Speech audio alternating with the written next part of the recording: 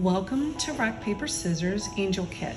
We have two options for you. We have blonde and dark hair, and you can use a variation of skin color if you want. First thing you're going to do is open up all of your supplies and put them around you. If you have a tray, that makes it a lot easier for you to manage. You have your template, your canvas, your plate. I like to get scissors, maybe a paper towel and a pencil, and you're probably going to need a jar to rinse your brushes out in, or a nice sink. First thing you're going to do is take scissors and just clip the corner of your paint bag and empty it onto your plate. You're going to do those with all three of these colors right now.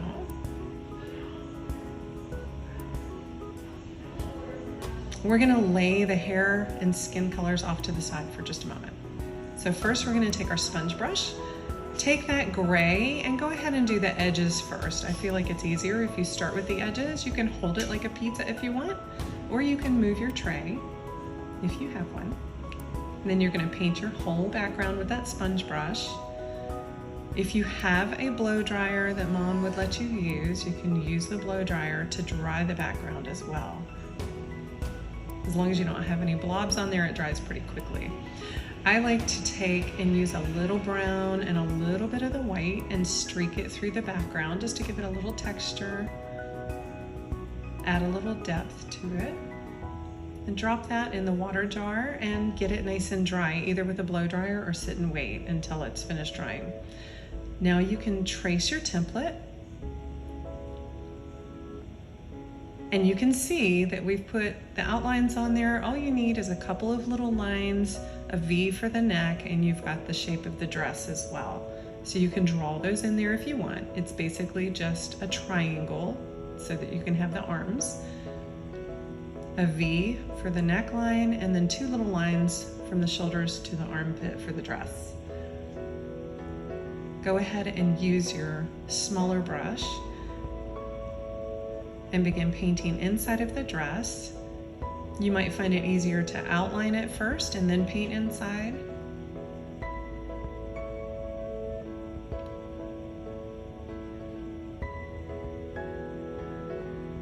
If you need time, you can always pause this video and take your time painting inside. There's no rush.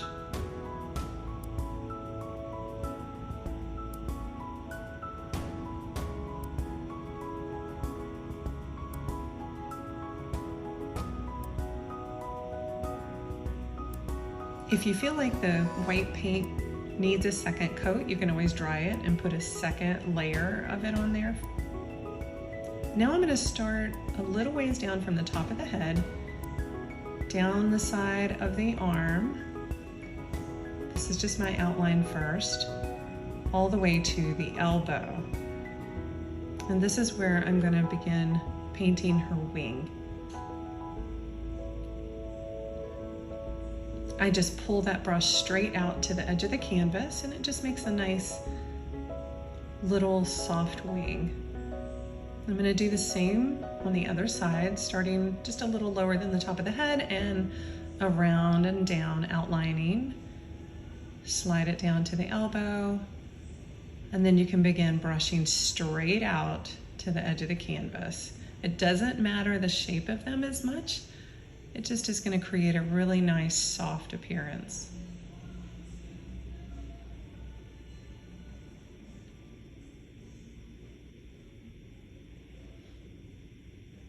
Now, while that paint is still wet, don't dry it yet. While that paint is still wet, you can take and put the glitter on. I've decided to do a second coat because I feel like it's still a little too see-through. Too much of the background color is coming through. So you can go in and do a second coat if you would like. That's what I'm doing here. But this time, don't dry that paint on the dress and the wings just yet. We're gonna put that glitter on in just a minute. So while the dress is still wet, go ahead and just barely tap it on there. You don't want to pour it on too quickly because you might not have enough for the wings. So that's why I'm tapping it with my finger so that it will just cause some of it to fall onto the dress. And now I'm going to begin painting the wings so that I can add the glitter to that next.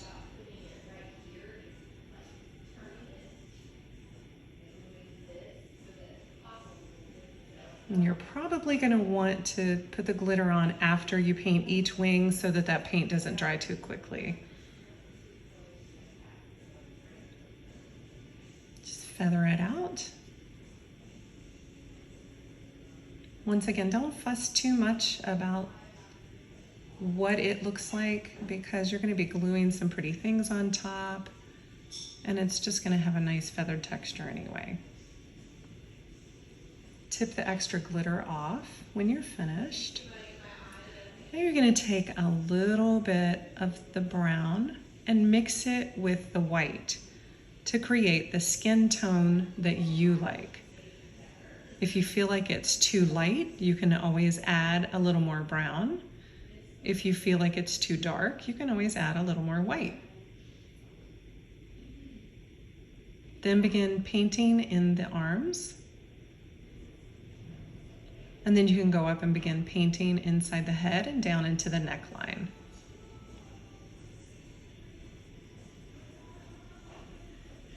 Once again, if you feel like the paint isn't thick enough, it doesn't, like it's too see-through, then you can always go back and do another coat on it as well. This time I did rinse my brush, and this is where you're going to choose your hair color.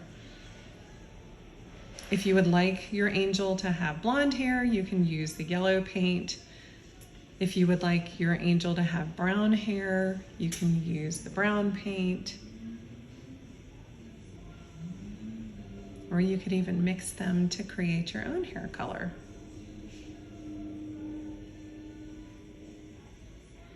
The hair is just kind of falling around that head shape that you just painted. You can just do a little sweep at the bottom to make it look like it curls up a bit. I'm taking a little bit of brown and adding it to my yellow just so that I can add a little bit of different color into the hair so it's not just too solid. It adds a little more texture, a little more depth to the hair color. And just a few little streaks, a little touch here and there, and it just kind of adds something to it.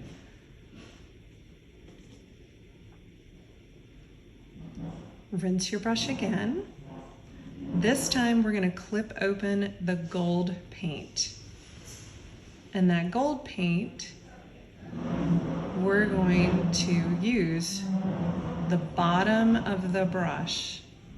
You're going to dip it into the gold paint and just begin to dot it right along her head to make a nice little halo. If you want, you can use some of the gold paint in her wings. You can use some in the background if you would like, on her dress, wherever you want to put it. I chose to put some on her wings and a little in the background just to give it a little shine, a little sparkle there.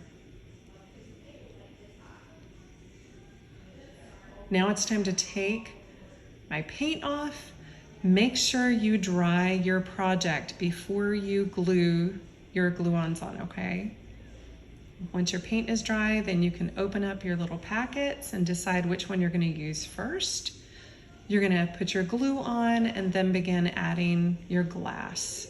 I just did a few lines inside of the wings and then I did a nice little, almost like a ruffle at the bottom of her dress. You can put it wherever you feel like it would look nice. After you add it, I would tip it off, especially if you have a tray to catch it. Then you can go in and begin adding the glue so you can start putting those crushed shells on.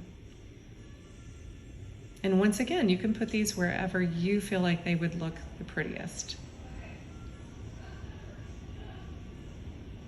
I just liked having them along the edges of my wings.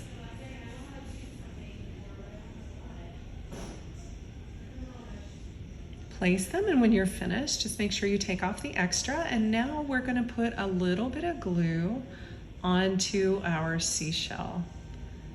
And what we're going to do here is tap a little bit of glitter onto it, just to make it sparkle a little bit.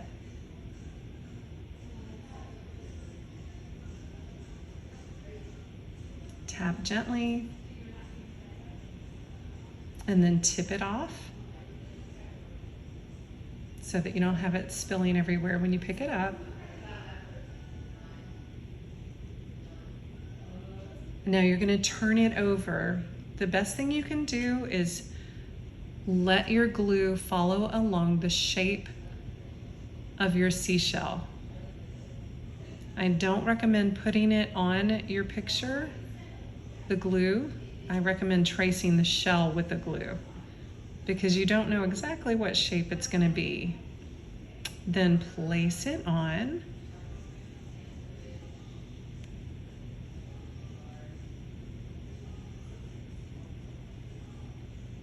And this is an example of how you might want to change the skin or the hair color. The one on the left is not finished, but I just wanted you to see that you could have dark hair if you wanted, because there is a bag of black paint if you want to use that. So you could have any shade of hair, any shade of skin that you choose. We hope you enjoyed it. Thank you.